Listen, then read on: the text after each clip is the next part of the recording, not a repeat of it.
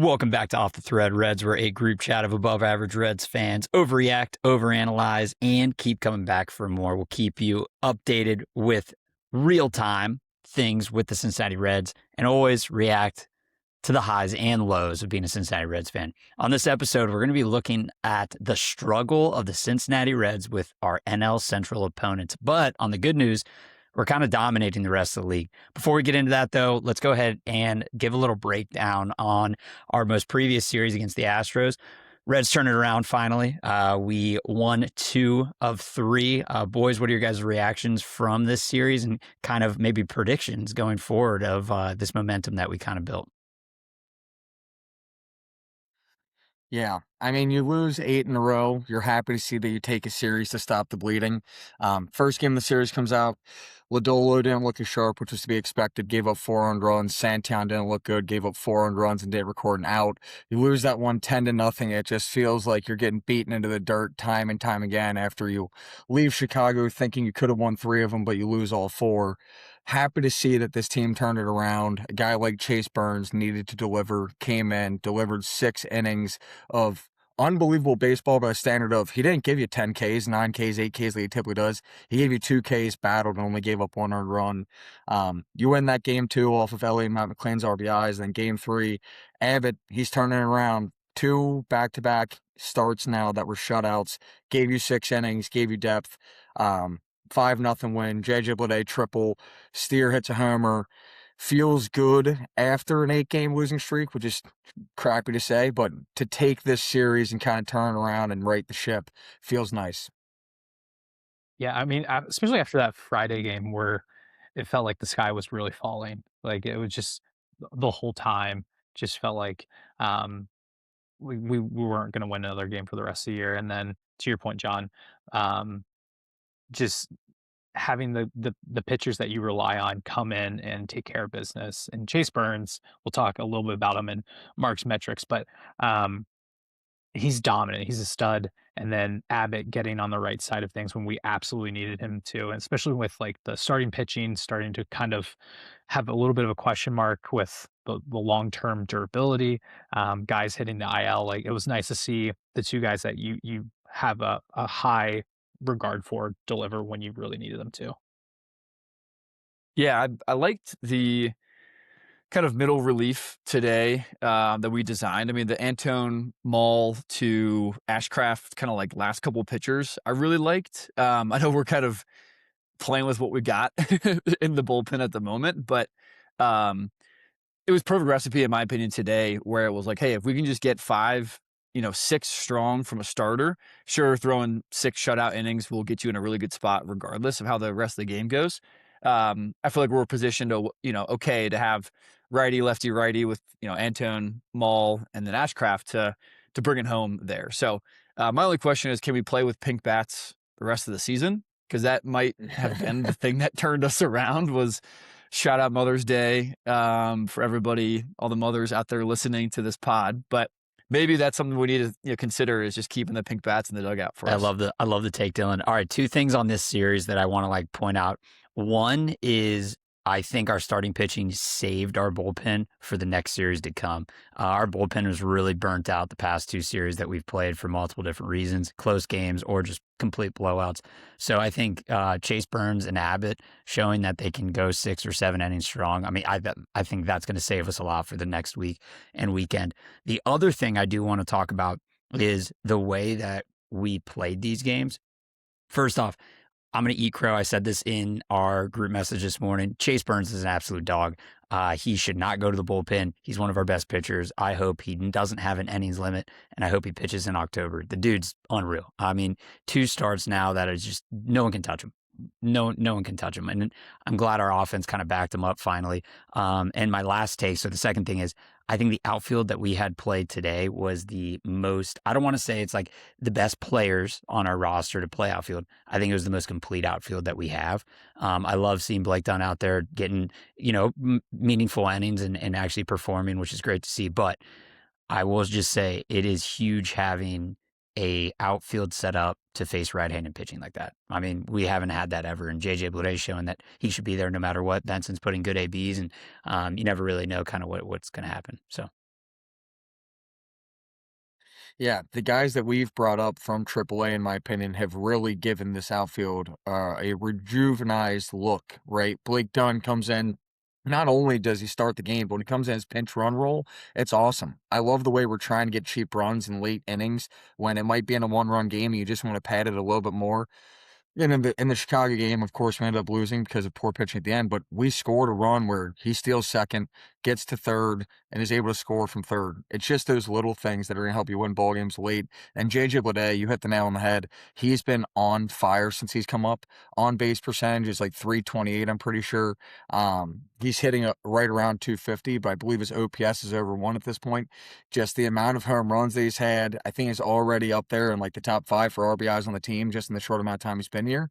Um, and like I said, they've provided a spark, right? Like we now have a competent right-handed pitchings here who we're going to toss out there, and we have faith in the bats instead of having the worst 6 through 9 like we have had the entire season so far. What do you guys think of the batting order from like Willie B, Steer? I I, I kind of liked the flexibility of just trying anything and everything to kind of get us back in a good spot and just shake it out. Um, I know Willie B didn't, lead us off in a great way today, but like Steer's starting to kind of maybe prove himself to being more a solidified second, just to get on base because Ellie's killing it. Sal's obviously having his ups and downs, but I mean, him and Blade, Steer and Blade are kind of the two guys that are starting to show that they're getting on base more consistently. I'm just curious to see what your guys' thoughts were about the lineup and moving forward too.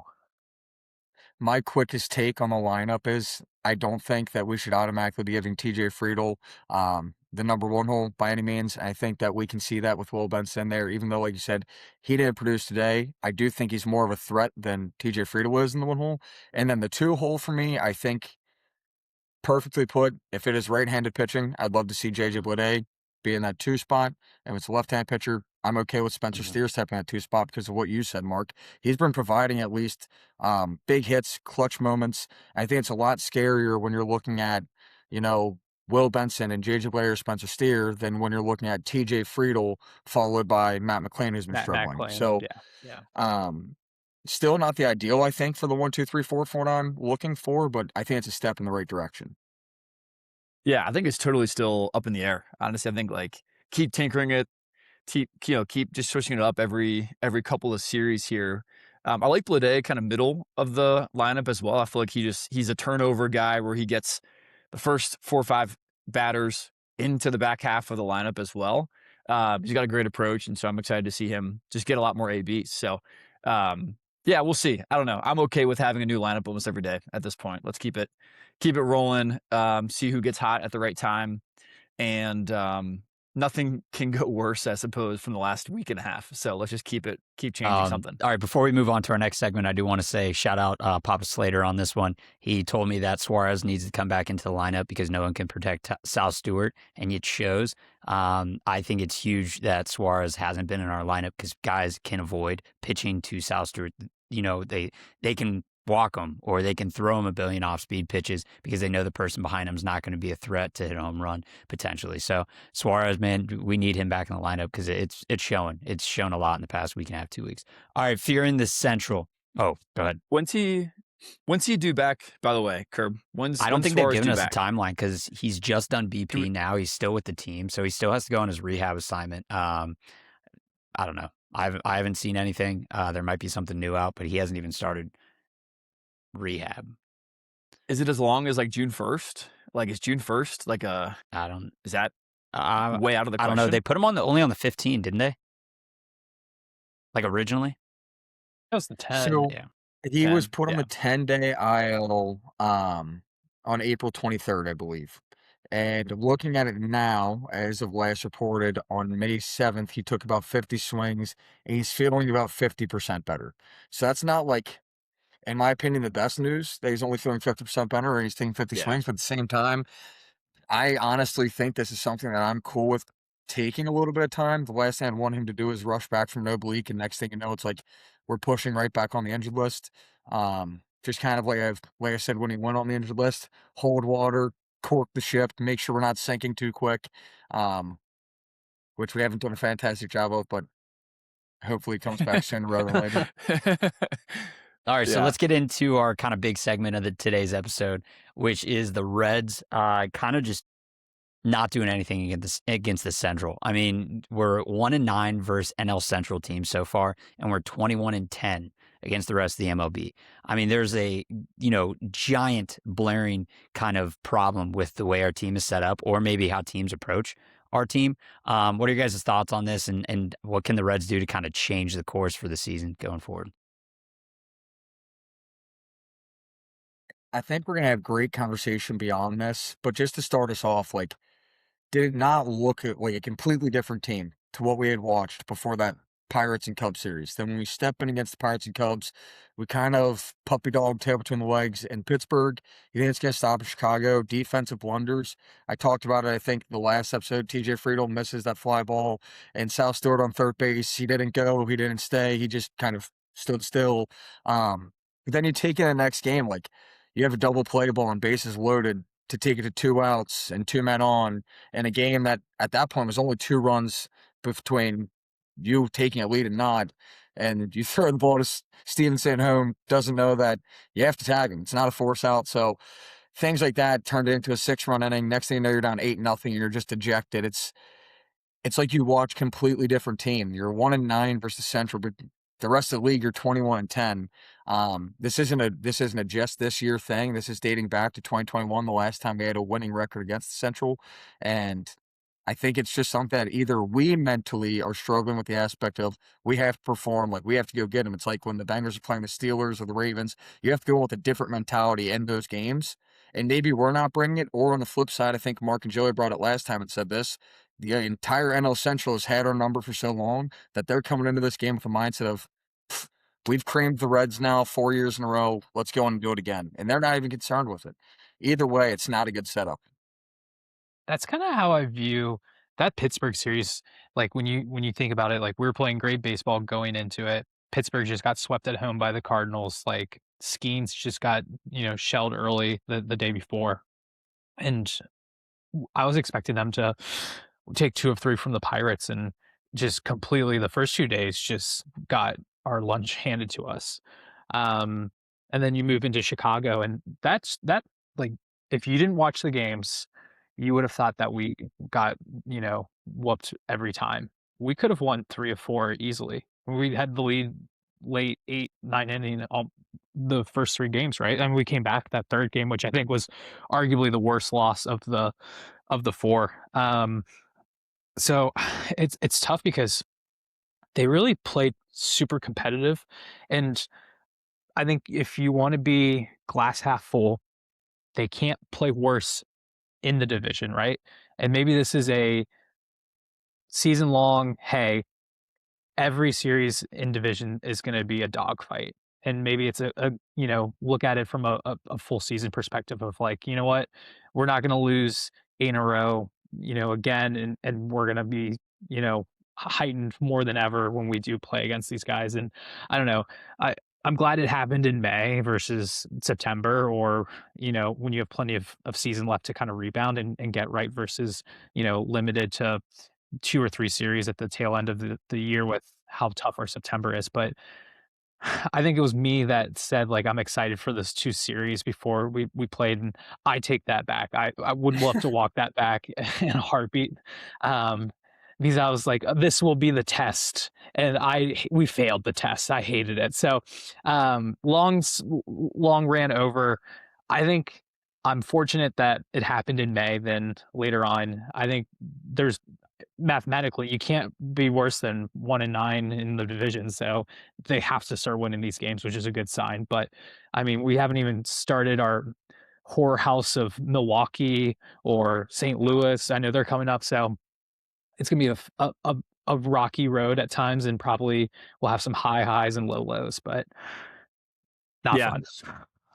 Yeah, like that's the last 10 days or whatever. Like that's a week, a stretch of bad games that can just take you out of playoff contention if it is in August or September. So like exactly to your point, Mark, I'm happy it happened now. We have a lot of time to recoup of that. So I just cannot imagine the collapse if that happens here late this season. Not, I don't put it out there. Sorry if I just completely jinxed it, but one thing too that, Tito had an awesome quote after the game where he was just like, looking back, the reporter I think asked like, hey, like, what do you think of this stretch? Like, what's going on? Like, what can we do to fix it? Type of thing. And he just goes, I think we'll look back at this week later in the season and just say, man, that was one shitty week. And they didn't even bleep it on the broadcast either. And I was like, sweet. All right. It's like 11 o'clock. Everyone's watching and vibes are flowing. So everyone knows that it was kind of a fluke thing. Those Cubs games were rough, like just literally one play away every time. So I'm happy to see a little bit of a rebound. My only thing that I'm concerned on is like going to Chicago. I feel like that was the first time where we caught the Cubs on one of their hottest streaks and one of their best starts ever at home as well. So every seat in that stadium was packed full. And it gets me really concerned about the idea, obviously still in Candyland, thinking the Reds are a playoff team, but we're going to be on the road most likely. And if we cannot go into a fully packed stadium where everyone is engaged in the game and we just crumble with basic plays or bad play calling, whatever it is, that is like another overarching concern that is probably going to rear its teeth at some point later in the season. So as the temperature rises, pressure builds, teams are playing a lot harder. I felt like 2 weeks ago we were poised to be ready to roll, and now that is dwindling for me at least a little bit. So, we'll see. Dylan, it definitely felt like a lights too bright moment multiple times in that Chicago series where it's like, you've got the lead going into 8-9. You've been money all year on this. And next thing you know, we're kind of looking like we haven't seen this before, deer in headlights-ish. So I think you're on the money there. That was one of my main takeaways is fairy tale land. We do make it to the playoffs. What's going to happen when we have packed houses every night of the week? Are we going to be able to keep composed, hold it together? Are we going to be a well-coached baseball team at that point that can face adversity and come out with the win, or are we going to crumble? Yeah, so I mean, two things. I'll stay on this conversation really quick. I think that is a huge learning experience for a young team like us. Like, you're right. Like, that was a sellout crowd, Wrigley. I mean, multiple times we crumbled. We didn't execute defensive plays. Our pitching struggled. Our bullpen, like, everything about it. Like, it was a huge learning curve. And I think Tito's the right manager to kind of teach that to the guys. Like, even his approach to what a bad week was. He's like, hey, it is what it is. We'll look back. This sucks. But, I mean, we got 100 more games or 130 more games to play. So it's kind of like, hey, see it as it is and learn from it type of experience. I do wish we would have been able to pull those out, though. I mean, that would be huge. I mean, that would change a lot, I think, for the outlook of the season and losing all those games there was a struggle. Now, I'm going to bring up something about this record. I think the Reds have done this a long time now, struggling with their division, but I think they've done really well out of their division. And I don't know if this is on purpose or not. It probably isn't, because we know some people that probably, understand more about the inside of the Reds and things like that. But from a number standpoint, if you take care of non-NL Central series, you have a higher percentage of making the playoffs because your record would be better. You only play 76 games against your in-division opponents, and you play majority of your baseball games over, I can't do math right now, 90 of them out of the division, meaning like if you're taking care of those more than you're taking care of what's in-house in your division, you technically have a better chance of making the wild card. So, I mean, that might be a look that the Reds have been doing, but I mean, it's not like it's so lopsided that this doesn't make sense. And I know you guys have probably a lot to say about what I'm saying right now, but I do want to say maybe our advanced scouting looks more at non-NL Central, because we already know the NL Central. We know how they play. They're looking more at other teams, so we can kind of take care of that. But what are your guys' thoughts on that? I know that was a lot, so. Just to poke a quick hole into that, I think the NL wild card is primarily the NL Central. When you look at it in terms of like, obviously, like if San Diego, which Mark's metrics bet to make the playoffs from last episode, but I think for the most part, I don't think the Phillies and Mets are dead either. Like, I think they have such a talented team that they're gonna come back. So to your point, yes, I agree with you. But for right now, it feels like this is a tough NL Central that you're gonna need these in division series wins to even get into the playoffs from just a wild card standpoint. Especially if I kind of still think St. Louis is gonna taper off, but right now they're still they're still playing good baseball. Same thing, Milwaukee will always prove to just continue to win series. It seems like the Cubs may never lose again, and we can't beat Pittsburgh. So, like, I think it's tough to, like, I That was a think tough sequence to hear, but you're correct on it's all. true brutal. though. We can't beat Pittsburgh. No, you're correct on all. We can't. I I was don't know what waiting. it is. I was waiting for the positive turn, Mark, and No, it never came. It never came. It Yeah. just gets worse. So I think through the law of like just natural average, like they have to win these games and put themselves in a position. But if it comes down to just a dogfight in the Central for that last wild card, I'm going to be a little nervous. Yeah, like I don't hate to take that like our scouting department looks elsewhere more than we look at our Central games just because like we play the Central every year. We know Brewers play phenomenal small ball. We know the Pittsburgh Pirates can have some good pitching throughout the year. Right now, maybe the Cardinals, we don't have the best scouting on, so we might scout them more. They kind of feel like the 2023 Reds when all the young guys came up and they just stayed hot. They're staying hot right now. Their farm system's also top 5 farm system in the LB, same as the Pittsburgh Pirates. So like they're not going to go anywhere for a couple years now. I'm most scared about if that is true, right? If it's something that we're just not scouting properly, or maybe we aren't putting the time and effort into it because we play them so often. That game plan clearly isn't working. I mean, it hasn't worked for 4 going on 5 years now. The fact that I can look at our entire schedule and we have stretches where it's like you're from San Diego to Arizona, New York, and I'm more worried about from June 22nd to July 2nd, we're playing Brewers, Pirates, Brewers, 10 games. How's that going to turn out? 7 of those are on the road consecutively between PNC Park and going to Milwaukee. That's where my concern is because right now you're sitting at 1-9, and realistically, we made the playoffs last year with a about 500 but still losing record in the Central. If we're banking on mid 80s to high 80s, like we were saying for our win total, you're going to have to be right about 500 and excelling outside of your division. Are we going to be able to push to about 500 when you start 1-9? I don't know about that. Then you're going to have to really rely on those series against the Yankees, against the Mets, against the Dodgers, against the Padres, against really good, talented teams to be above 500 in that category. So it sucks that we put ourselves behind the 8 ball and put ourselves in this position. Am I saying that it's impossible? Absolutely not. I think this team is a good ball team when they're not playing the NL Central, and I will stand on that. And we're also essentially playing down an entire starting rotation. We just got Lodolo back, but we've got players like Rhett Lauder that are down, Williams is down, Hunter Green's down. Like, we have injuries. Suarez is down. When these guys come back, hopefully sooner rather than later, we can start putting it together and maybe winning some of these Central games. If we can go in that 10-game stretch, I'm putting my stamp of most important stretch in the season right now on that stretch. And if we can take 7 of 10, I will be elated. That would be huge for this team.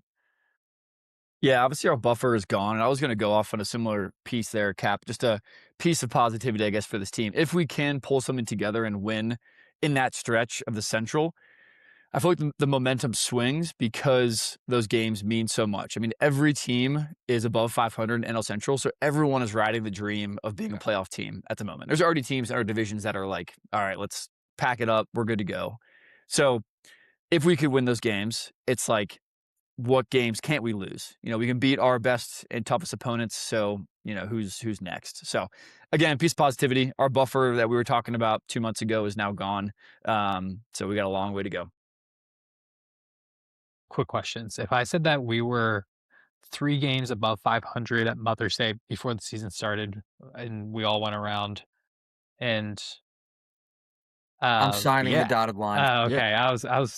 Yeah, I would say we'd be ecstatic. It's crazy now. But I guess my question to you is, what do you think the front office feels if the division is this successful when we thought we had a couple years left before the Cardinals were making a run? Pittsburgh is starting to be more competitive than we thought. And it was kind of can we catch the cup? Like, the whole front office sold us on this, 2025, 26, 27, 28 stretch was going to be good baseball, especially with just how bad they've been over the last 10 years. I'm curious to see, like, what are the thoughts, especially the limited financial resources that they have and their like unwillingness to trade prospects at this stage. Like, what is the mindset of the front office to improve this team and make it competitive for the second half? So I think there's there's I think one way I know the front office is looking this way right now. What is our talent currently doing? So like we talked prior to recording about this, but like Matt McClain, for example, the front office can't make moves or do anything until Matt McClain shows them that, hey, this is going to work or it's not going to work. So I'm saying they're giving Matt until the trade deadline. That's probably what they're doing. Like, hey, can you pan out or can you not? After that, they're going to be like, hey, we got to go with our prospects. We got to move Edwin Arroyo's up. I mean, we got to do some stuff. But like, they have to figure out in house what's performing. And again, like, we're fans and we're freaking out. We're overreacting. Baseball's a long season. Like, you can't just get a sample size of a month and be like, all right, that's it. But the other thing is, and I think you said it best, Mark, is like our financial kind of struggle. In our windows 2027 2028 this year currently, there is going to be some cap space for us, or not cap space, but just salary spent for us opening up. So I could actually see the Reds, if say we make a playoff push this year, maybe we get to not an NLDS, I could see them next year spending money like, hey, we're going to go out and get this starting pitcher, hey, we're going to go do this. But I think it's very what we do, performance based for our front office, which is sad to say because like they're the ones forking up the money. They're the ones doing it. And they're going to say their product, they have to see and wait if their product works out for them to do anything. So it's kind of a backwards approach, but I think the Reds definitely have to see how this season goes before they can make any moves because we are all in-house. And, the last thing I'm going to say really quick is I think the Cardinals are, I'm going to say it right now, I think the Cardinals are a super lucky team. I don't think they're going to be this good by the time August hits. I think they're going to be 10 games below 500 before August hits. So I don't think they're pushing. Pirates, though, for example, I am afraid of Pirates. I mean, they have a team that they showed us they can beat us, but I don't know. It is interesting to kind of see like, hey, what are we doing, and is our window flawed? So. Yeah, Mark, the first thing that came to mind was I could see our front office just waiting for the other teams to kind of come back down to earth. And that's a terrible strategy, but we'll get better. Yeah. yeah. Like hopefully we stay the same of where we're at right now, 3 games above 500, and everyone else comes back to where we thought they were going to be. So not a sound strategy. Possibly not even true, but maybe that's now the, pessimistic side coming out of me as well. I said this before the season started, like the thing that they're going to just market more than anything is we're getting an all-star level pitcher at the deadline, and it's just Hunter Green coming back, and I just know that's exactly what they're going to do. And to your point, Kirby, is like they strategically wait until they have to spend money. Like the 2020 season, they got Moose and Castellanos and all these guys, and they're like, we have to put a winning team out there because there's the ups and flows of like the fan base just being like, you have to start trying again. And I'm curious to see what they do. And it'd be very Reds like to go and spend a bunch of money and then be like, darn, a lockout really put us in a tough spot, and the money that we promised we would spend is just null and void. Like I'm tired of the ownership playing the poor card, and this town deserves better. And this is me just being grumpy Reds fan, but and I think they will play better, and they did this past series. But every division rival just seems like they can beat us. I will say, just as a Reds fan, not on the front office, like I'm certainly concerned when it comes to just like where the Reds are against the division currently. This season alone, but like future seasons, like I said, if you look at the Cardinals farm system, it's strong. It's like a top 5 farm system in baseball. Pittsburgh Pirates is the exact same. I'm not saying the Reds is weak, but you get past like the Tyson Lewis's, the Cam Colliers, Alfredo Duno, Hector Rodriguez. Like if you pass a couple of those big names, it's like a lot of who is this guy, where did he come from? And I don't know if we have the depth past the major league squad to compete with these teams after this year. If I'm just being honest, you're going to have to start forking out cash and going out and getting guys. Because they're all in the big leagues. Yeah. I mean, Chase Burns is in, Rhett Lauder, all these guys are on, like they've graduated into the majors, which is great because that's successful. Back in 2023, we'd be sitting like, dude, our farm system's unreal. Look at the dudes we have. But like, that's the thing. We haven't been replenishing the farm too much. Like, we have good talent. Don't get me wrong. But these other teams are looking very strong this season and looking like they can continue their strength for seasons to come. If I'm the Cardinals, I am absolutely out of my mind ecstatic of where I am this season, seeing how the young team's performing and knowing that we have dudes to reload after the season and bring up next year. So we'll see. I hope that kind of pushes the buttons of the Reds to go out and get some people to try and make some moves to try and compete. Like Kirby said, after this year, make it a big spending year. Even during this year, if you're in a position to spend and make a legitimate run at the playoffs, I would love to see them go out and get a guy. Go get somebody. Go get a bat. Go get an arm. I don't care if it really contributes. I just want to see the effort put in. I don't think that's too much to ask. All right. So we could probably talk for another 2 hours on this topic, but we're going to continue going on with the episode. But one thing, quick plug that I'm going to start doing every single episode is our Ellie de la MVP segment, which is not really a segment at all. It's just me telling you what his stats are currently, because I'm a strong believer that this dude is about to go crazy this year. I'm thinking potential 40-40. We had that conversation a couple episodes ago, and I think it's actually going to happen. So right now he's kind of, ebb and flow throughout the season. He's got a 288 average, 10 home runs, 29 RBIs, 9 stolen bases with a 875 OPS. You might be thinking like, oh yeah, that's above average MLB player. Is it NL MVP? I don't know. Guys, when the offense gets rolling and he's not the only one contributing, those numbers that you see are going to shoot up real quick. So I'm going to keep fans updated on Ellie De La MVP segment for each episode as we go on. But all right, let's go ahead. Down on the farm, Cap, you did some work today, some research. What you got for us? And it looks like our minor leagues are kind of killing it right now.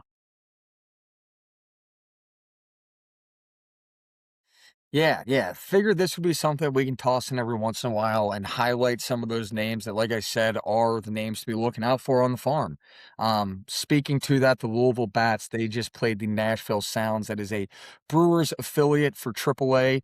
We went 3-3 that series. Not to just highlight the series, but Edwin Arroyo has been tearing it up in AAA. There's been good discourse about, is he going to be the next person who's called up when we do need an infielder? He's hitting 338, 979 OPS. 7 homers and 28 RBIs. Just had 4 games that were multi-hit. He had 2 games that were multi-home run. He's looking like he's catching stride at the right time. And just a little bit of a sneak peek, he played 2 games at third base. He's only ever played 3 games at third base in his career, and that happened this past week. I don't know what the Reds are cooking, but I'm loving it. Hector Rodriguez, outfielder I would like to highlight, someone who's been in the farm that if you followed him from Dayton to Chattanooga, you know the guy. We've been having high hopes for him. He didn't have the best spring, but he started off this campaign in Louisville pretty well. He's hitting right around 270, right around 800 OPS, 6 homers, 20 RBIs, and those are our guys in Louisville. Moving on to Chattanooga. These are some new faces to Chattanooga this year. Both these guys played in Dayton last year. 3-3 versus the Montgomery Biscuits this past series. That's a Rays affiliate.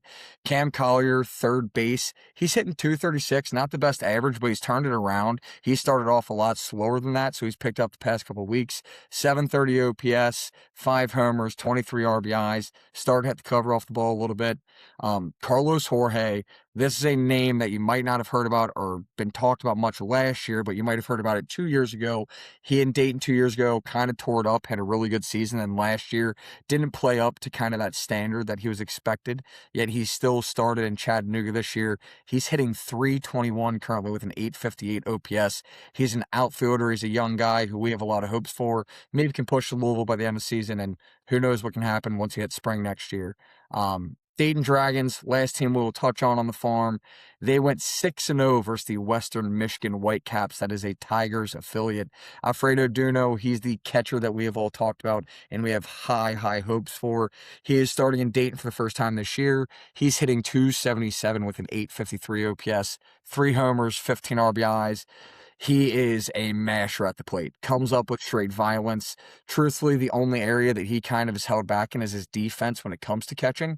So if he can kind of figure some of that out, his bat is ruthless. It'd be awesome to see as he progresses through the farm this year, if he could maybe even reach Louisville and provide us some depth next year at catcher that we are much needed at. Carlos Sanchez, shortstop.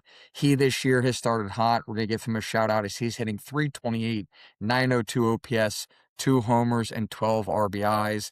I will work a little bit harder and maybe add on some Tortugas information in these upcoming weeks. They have some of the best merch in the game. But if you are listening, anybody from the Daytona Tortugas, I beg that you have more than one camera angle on the third base line for your streams, because I can't take it anymore.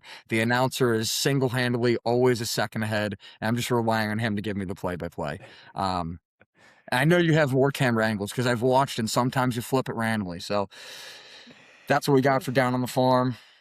And yeah. Hey, yeah, Love it, Cap. Curb, how's the OTT budget looking for a group trip down to Daytona? Hey, Just go check out the hey, Tortugas. money's not there, but we can make it happen. We could make it happen. All right. That might be the We can most find some electric. room. How do you It's like 100% has to be a road trip. That might be one of the most electric trips of all time, though. That's all I'm going to say. Daytona wouldn't know what to do. Cap would take those camera angles from them. He would be the one controlling the whole stadium at that point. I would love to. I would love to. In the outfield, just holding his camera up, his phone. I've got my iPhone there. Here we are. Yeah. We're live. All right. Hey, Cap, thanks for putting up the Down on the Farm. I really appreciate those. It's nice to see, and also kind of cool to see what the Reds' future is going to be here in a couple of years. All right, let's get into Cap's Corner. Go ahead and take it away again, John. Yeah, so going back to a real quick Rosebud Thorn, I'm sure over the last 8 games before this, we would have had a lot more Thorns than we currently do. But just to reiterate, Rose is someone who is successful or overachieved in the past series or few series. Bud, someone to be on the lookout moving forward. And Thorn is underwhelmed/concerned. I can take it away, or if someone has theirs off the tip of their head, they can roll it. Lead us off. Looking around, I'll lead you off. I'm gonna take a rose of JJ Bleday. I know that there are others that are deserving, but I figured you all touch on them as well. In May, he's hitting .250 with a .357 on base percentage. Contributed 3 homers, 8 RBIs, just tearing the ball up. Did it in Pittsburgh, got us a homer, got us 2 in Chicago, and had a triple this series that led to a couple of RBIs today. I just think that he is someone that we can look for in the outfield and consistently get good ABs from. His defense has looked good too. So, JJ Bleday, you're going to be the rose of the day for me. When it comes to Bud, I'm going to eat some crow here too. I have talked very poorly about Andrew Abbott, and I'm glad that he has taken it right to my teeth. Over the past 2 outings, I think what has looked best to me is his command, his control, and his confidence is all up. His off speed is actually landing in zone, so he doesn't have to rely on just getting behind the count and throwing fastballs just for strikes, which whenever you do that and you're not throwing great stuff on your fastball, it's typically going to get lit up. Past 2 outings, he's had his best, and he's looked confident doing so. Like I said, 0 earned runs over 12 innings in the past 2. Love that out of him. My Thorn, I'm going to go with Tony Santillan. Tony Santillan, past 3 outings, has he's lost 1 when he gave up 1 earned run against the Cubs. He gave up another earned run his last outing versus the Pirates, and then 4 earned runs earlier in the Astros series. And the game that you might not win, right? You're down 4-0 by the time Santillan gets into the game, but you didn't record an out. You didn't really look competitive. Your velo was down. So I'll give it to Santillan, and I love Santillan, so I hope he comes back and pitches well, because we kind of need him in those high-leverage situations, especially while Pagan is not here and he's on the IL. But for this series and for the past series, I would give Tony Santillan my Thorn. I guess, Dylan, you want to go? Or Yeah, I'll just add one Thorn that I kind of came to mind right away. But Rhett Lauder kind of exiting that 3rd game last series, just for some reason just kind of sits odd with me. It was kind of a rough performance. He came off a pretty good one his previous outing, but hopefully it's not like a pseudo sitting, kind of goes 15-day and he's just kind of fighting through some tension in his shoulder or something. So pretty anxious to hear about how he's going to recover from that and what the severity is, because what we thought was going to be another great young staple in this rotation, we may not have for a long time. So yeah, I don't know how that one's going to play out, but that one came to mind for sure for a Thorn. I think for me, just running through it real quick, I think Rose, two stick out. Chase Burns just, I think, is someone that you just are so fortunate that when you take with the 2nd overall pick, like he pans out, and he's panned out so far and so quickly as well. Like it seems like whenever there's a high draft pick, they stick around in the minor leagues, and he's making a huge impact when we need him. Also, Rose, fan of the podcast, TJ Antone. He's killed it twice. Really cool opportunity for him to come back and not just play, but play and make it like clearly show that he still has it. And I know that was something that he wanted to prove and get back to the major. So I'm happy that our friend is doing that. And then Bud, he's been a bud of mine for a while. Spencer Steer just continues to just show that he's consistent. He's not doing enough where like he's going to win accolades or anything like that, but he's doing enough where he's sticking out from the rest of the team. So, shout out him as well as he continues to show how consistent of a batter he is. Thorne, I'm just the third base slot of just Ke'Bryan Hayes, like is so redundant at this point. It's such a hard like sell for the fan base when you just like, and I know you had to give him opportunities, and we've talked about this. It's just we're starting to get to Memorial Day, and he's still not hitting 175. Like just it's tough. It's tough to just consistently like hope that he figures it out. And it's just at some point, I know we were like, is he the most unlucky hitter in baseball? I just don't know if he's going to be able to pan out. So. I mean, I agree with all you guys. Rose, JJ Bleday for sure. Other Rose, TJ Antone, our dog, just going out there and absolutely dealing. I would like to see him in the 8th or 9th inning, by the way. I'm teasing that for later on in the summer, man, 100%. When people are overused. I could see him doing that. Bud, I want to say, Mark, Matt McClain. Past 3 games, Matt McClain's been kind of killing it. And he's been playing real good defense. Because without Matt McClain playing second base, Sal Stewart, I love you, man, but you ain't got it at the middle infield at the MLB level. So I want to say, Bud, I think Matt McClain's going to have a huge May, and I'm excited to kind of see how he turns it around.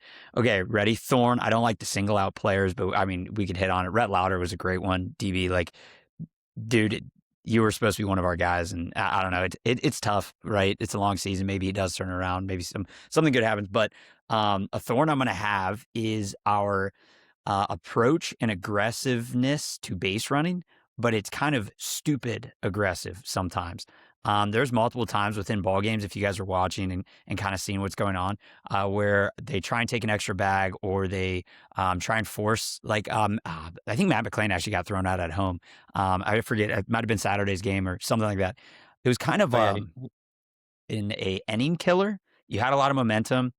You kind of knew you were going to get thrown out. Like, homeboy was gunning, and you weren't even barely on third or going. It was one of those things where I like to force a throw, but at that point, it's like, hey, you have the momentum this inning.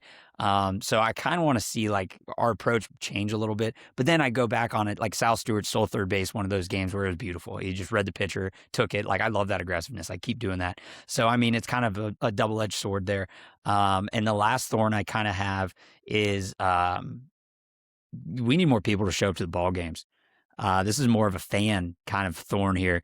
Guys, we are a good baseball team, and I understand it's tough. School year's still going on. You got kids, you got sports, you got to go to different places.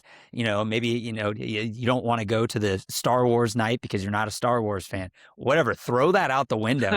Boys, we need people at the ball games. Wrigley showed up, all right? North side of Chicago said, hey, what up, little brother, Cincinnati Reds? We show up to the games on weekdays, weekday nights at Wrigley. What are we doing? We need people. We need 40,000 people out there, guys. We need to cheer them on. Curb, we got to remind our fans that we got Marshmallow coming in just a few weeks. So maybe that's going to be saving it all for one. Did the Mentalist have his post-game show? Was that confirmed? That was the game that we lost 10-0. Okay, yes, good. At least the good fans of Cincinnati that paid their hard-earned money to go. No, got you a what? show after the game. I haven't seen. They lost 7 in a row, and they came home Mother's Day weekend. Do you want everyone to just drop everything? What did you do this weekend? Did you go to the games? Is not going to get people to the stands. If you're in section 521, you think you can watch a magic show down on the field? No. No, you can't. Why did they get that guy? My goodness. I haven't seen a single video or Yes. anything from No, not a that on single. socials. Maybe they're holding it to like be this big, reveal, but maybe there was 10 people in the stands and no I one was literally there. saw one, and it was in the locker room with The South Stewart, clubhouse. and Yeah, that that's I was the saw it. one that that one I saw. too. Yeah, Um, I saw that one too. I did want to shout out TJ Antone landing his 100th strikeout of his career today on Mother's Day. Kirby, I love what you brought up. TJ Antone currently has the best stuff plus of any Red currently. He's given up one earned run. It was on a home run. Home runs happen in the MLB. I'd argue Graham Ashcraft has been really dominant the past 3 games, but Graham Ashcraft gave up 2 earned runs off a bomb that PCA hit with a 9-iron, which was a perfect pitch against a fastball hitter. So home runs happen this game. To your point, while we have Santon having struggles, Pagan's out and trying to figure things out, I would not mind taking TJ Antone and shoving him into some high leverage situations. We did it in Chicago, and he faced Ian Happ, Suzuki, and I forget who the last one. Bregman. He started with Bregman. I Bregman. think. Yeah. Yeah. And you get 2 strikeouts and a deep fly ball against those 3. That's a successful inning. I would love to see an 8th inning of him and maybe a 9th inning of Graham Ashcraft. Hot take, maybe it is, but I think you need to start playing around with those guys who have been dominant so far this season. And my last thing is Chase Burns, Mark. I'm glad you shouted it out. And Ellie deserves a shout out as well. But Chase Burns, I think, until further notice in my eyes, is the ace of this ball club. And that's with Hunter Green sitting on it. But I swear to you, what I'm seeing out of him and his health and the way he's been pitching and the way he's mature, but also he gets fired up on the mound, like he doesn't get rattled. That kid is nails. 6 innings and your strength is fastball strikeouts, and you only have 2 Ks on the day, and you still go out there and only give up 1 earned run. Like, that's unbelievably good. That's the type of day where you don't have your control, you don't have your best stuff, but you battled for 6 innings and you gave your bullpen a chance and you gave your team a chance. So, for me, he's the ace in this team until further notice. That's probably the hottest take I'll have, and everybody will be like, but Hunter Green, Hunter Green. Well, Hunter Green, I don't know, brother. Chase Burns is there. We I've need seen him. Chase Burns pitch. I need Yeah. you to shut me up, HG, please and thank you. Something about call to action. I like it. Something about Burns in the Red City Connects too just hits so- for me. Hits for me. Maybe it's because he's an absolute unit out there on the bump.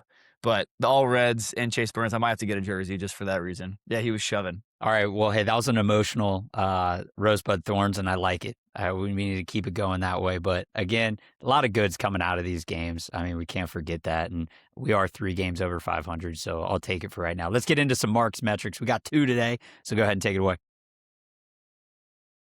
2, not betting on them, but a form of conversation. Life throws you curveball.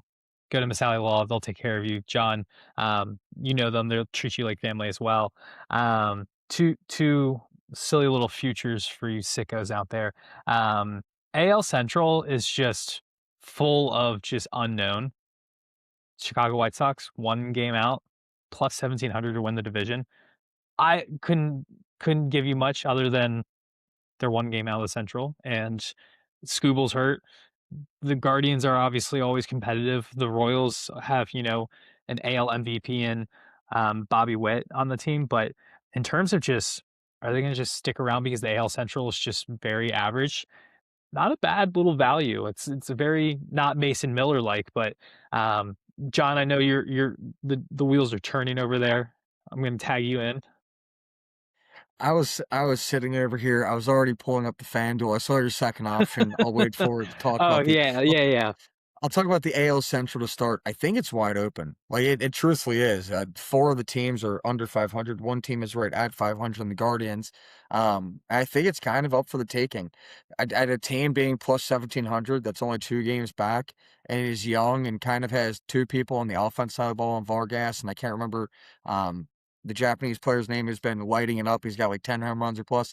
Those 2 guys can carry an offense and kind of make things electric in a city that needs it.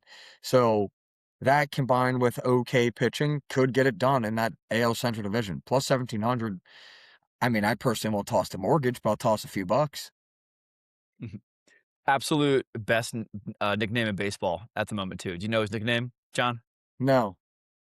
Southside Samurai. Absolute. No. Incredible. And he is amazing. He's so good, and he hits absolute tanks from the left side of the plate. He's a fantastic. I think he's tied for the lead with home runs right now in all of MLB. So, yeah, incredible. Yeah, dude. Murakami is his last name. Southside Samurai. Love it.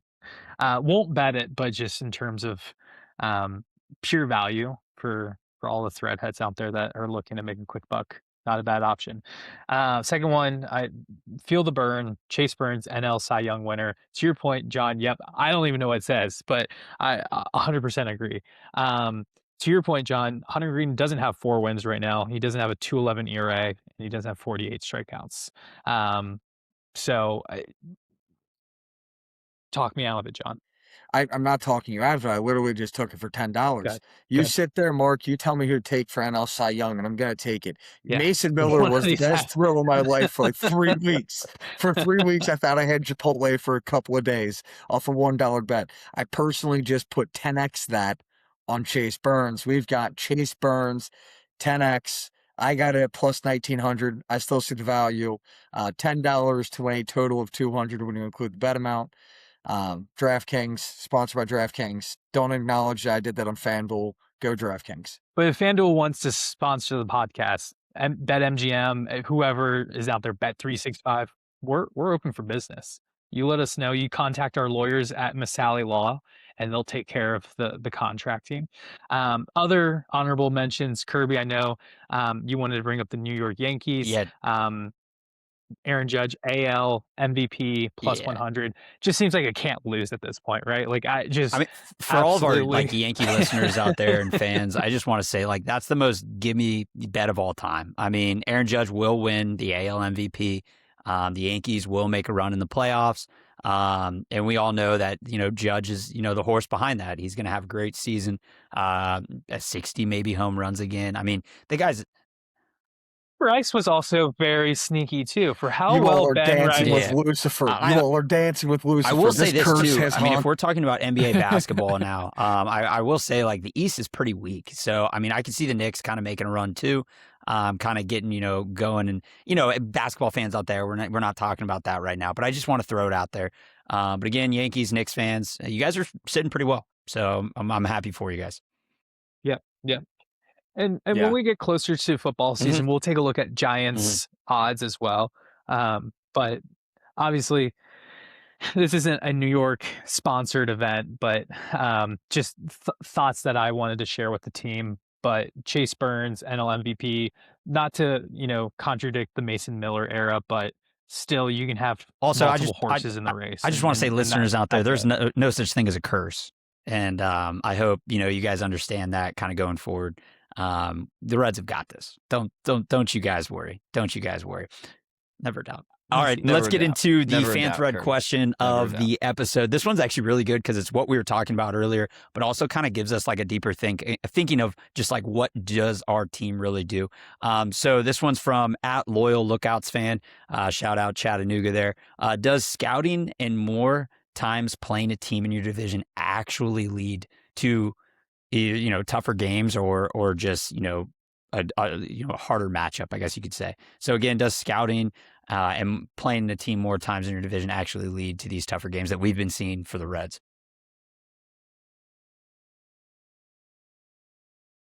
Yeah, I mean, it feels like yes. For whatever reason, we just the Reds number has always been taken in our division.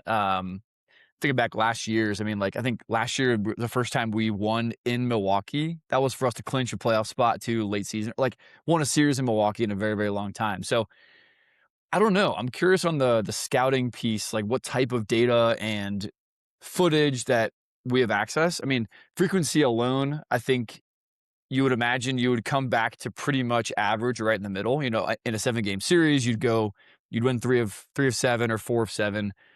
Kind of in that law of averages, if you will. So I don't know. It seems like for whatever reason, we either play stereotypically against our own division, like we just play the way that our opponents think we do. But they're also, I think, like similar to a football scenario too, like we just have a lot of history with these teams. And for whatever reason, a lot of that history does play a factor when you're playing in the same stadium often. You have these very, very similar routines in other cities. So you would think that, being familiar with another ballpark, you would play better in, but for whatever reason, they almost always know that what move we're about to make as a Reds organization. So I think like scouting aspect, we probably, now that we're playing so many more games, enter, divisional, if you will, geez, I'm looking for interleague scheduling. We need to expand our scouting to much more than just our own division. So hopefully we're doing that. I mean, it's showing we're playing really well against the other league, but maybe we need to swing that back and start winning games again in our own division. I think it's a great point. And just looking at the series and how we kind of done things, like Pittsburgh's a bad example because Pittsburgh, I felt like we were consistently playing behind. So no matter what scouting you did, it wasn't like you could actively put that into place. But Chicago, like, I felt based off our scouting, we did a good job holding an offensive team through the 7 inning mark in most of those games, where it's like, you've done well, you've pitched correctly, you've played the correct shifts. They've done the same to you. They're pitching really well. You're only getting 4 or 5 runs, but you've got a 1 to 2 run lead. A couple of those games, it's like, should Pagan have thrown a fastball to PCA? No. Should that have probably been a scouting report and been a big old X? You should not do this? Absolutely. After you do that to PCA, should you do it to Conforto as well? Probably not. So, like, some of those things, I do think it's like, is that scouting or is that Pagan trying to get one by somebody? I'm not sure, and I hope for a fact our scouting can be like, no, you should not throw a fastball hitter a fastball in a high leverage situation where he's probably just sitting fastball. So I think in some of the scenarios, yes, I believe we scouted correctly. Like in the Chicago game, I think we made the right moves. Graham Ashcraft going in, had perfect pitching against PCA. He hits a homer to tie it up. In the grand scheme of a great quote, that's baseball. But at the same time, something that I think we consistently do is we play inferior to the NL Central. We make those mental mistakes that we don't do in opposing games. Like, I think I'd rather play the Dodgers or like a team out west that we've significantly had better records against over the course of the past 5 years than we have against our own division. I don't know. It's a great question. It's thought-provoking. I think, like I said, some of the times the scouting doesn't even matter because at the second inning you're looking up, it's 6-0. But when it does matter, I felt like we have pulled the right string so far this year. It just hasn't turned into wins. I agree with that. I think also too there's a little bit of a well, playing the Pirates more doesn't really seem to lead to tougher games, but I think overall, like when you play a team so many times, you to Dylan's point, you pick up on like Chicago, like you have to be on the lookout for just like a day game and the wind taking a ball and carrying it to a certain part of the field, right? So I think there's just the natural, like we know this team, we know who we're going up against pretty well because we play them so much. Um, I, I would imagine that the scouting probably has a more higher effect of the teams that you're not familiar with.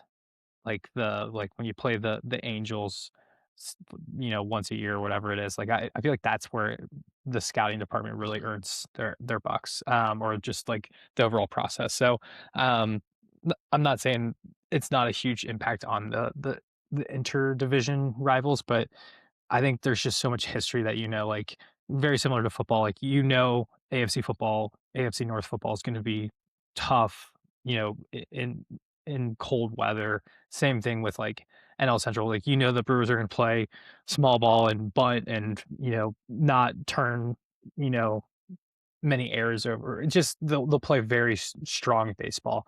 So I kind of think it's multi-layered, but it is a good question. Yes, I mean, my personal thought was exactly. I think Dylan, you said it. It's like, which team's going to be one step ahead? Like if you have so much data on them, right? You play them so many times a year. It's not just what you are doing; it's what you can or possibly need to do to change that. So like the Reds have just not been there. They've shown, hey, this is my hand. This is what we do. All right, the other teams are going to take advantage of it.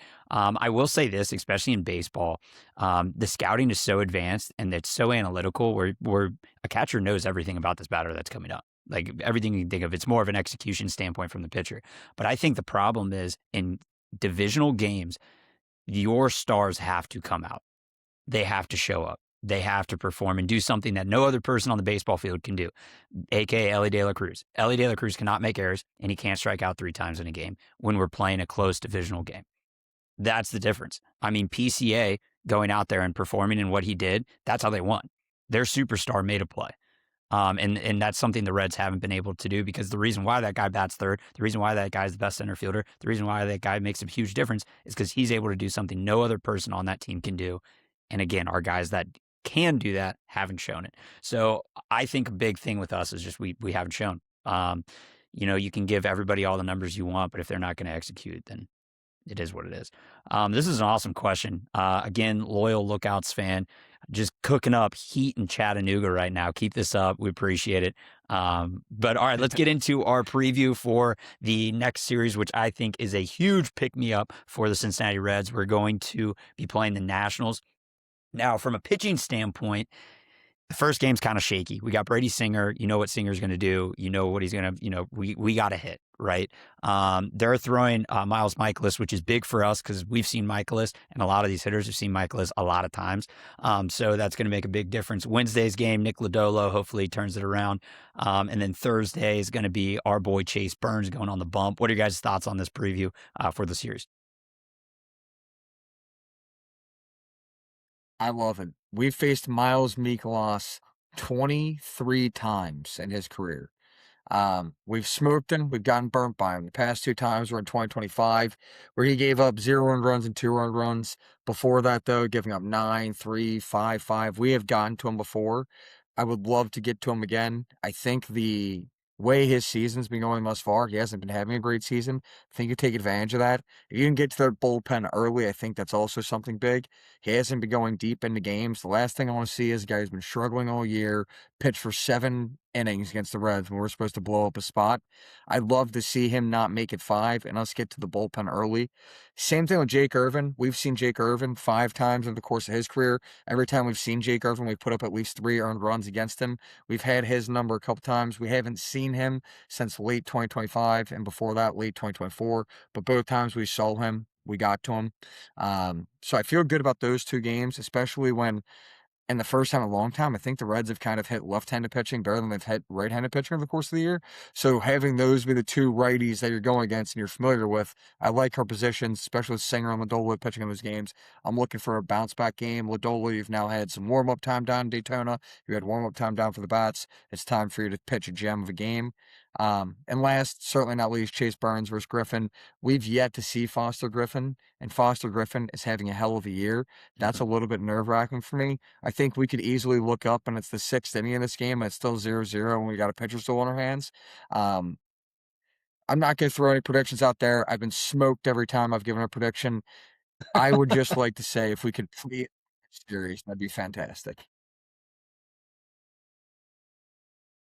I think tomorrow or Tuesday, excuse me, either to your point, John, it'll be 3 runs total or 30 runs total between the 2 pitchers, and I have no idea which way it's leaning. I'm excited for Lodolo to get another crack back into the season, and then to your point for Thursday, if that's like the business day special, I really hope that we have the ability to score at least a couple of runs to give Chase Burns a little bit of run support. It seems like we kind of don't really do a good job of doing that for him.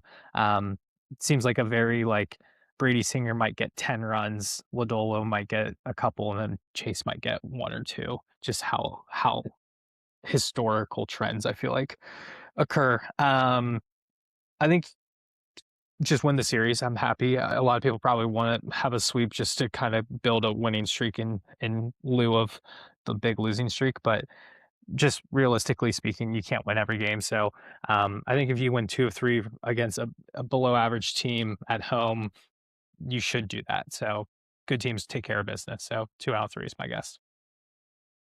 Yeah, back to I made this point, I think maybe a couple weeks ago. I can't remember, but off of an off day, this team is really good. So whatever we do with a day off, and we're leading right into that with this series, I feel like there's some good mojo swinging, winning 2 in a row against the Stros too. So I like this first game on Tuesday. I do think Singer's going to give us kind of what we the textbook Singer game. One thing I'm really almost kind of excited to look at is James Wood on the Nationals. This dude hits absolute tanks. I'm not going to be rooting for him to hit a home run, but if I was a betting man, I feel like taking him to hit a home run, at least maybe 2 in this series. I just feel like with Singer and Lodolo, he might just have, a chance to tee off on us a little bit. So in a similar way, Kerr, I think you made this point where it's like, we need to have our stars come out. I feel like we're not the best at suppressing other teams' stars, especially those that we don't play very often. So the Nats coming in to GABP, who we haven't seen them in a very long time. I feel like somebody like their heavy hitters, James Wood, might see him in full action, which I'm a little weary of. So, but we handled, Yordan Alvarez really well the last couple of days too. So he went 0 for 4 yesterday with 4 Ks, I think, or today. So anyways, I think long story short, I think it's going to be textbook. Yeah, 2 or 3, we're happy for sure. Not even a single thought of a sweep is in my mind. I'm not going to say it. I'm just going to say that the Reds should win and will win this series. Now, I want to say one thing, and Dylan, I'm glad you brought this up. James Wood is an absolute dog.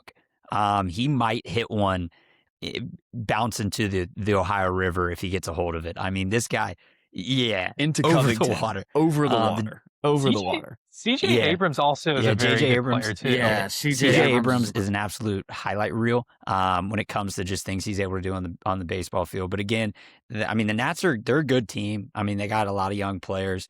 I like it how you brought up Cap too, Griffin. I mean, he's an all-star in the making. It's just kind of see what we can do with him with a young pitcher. Maybe he has a hiccup, but I like our chances. I'm just going to say we're going to win the series, and that's all we're going to put it. Any final thoughts before we close up this episode?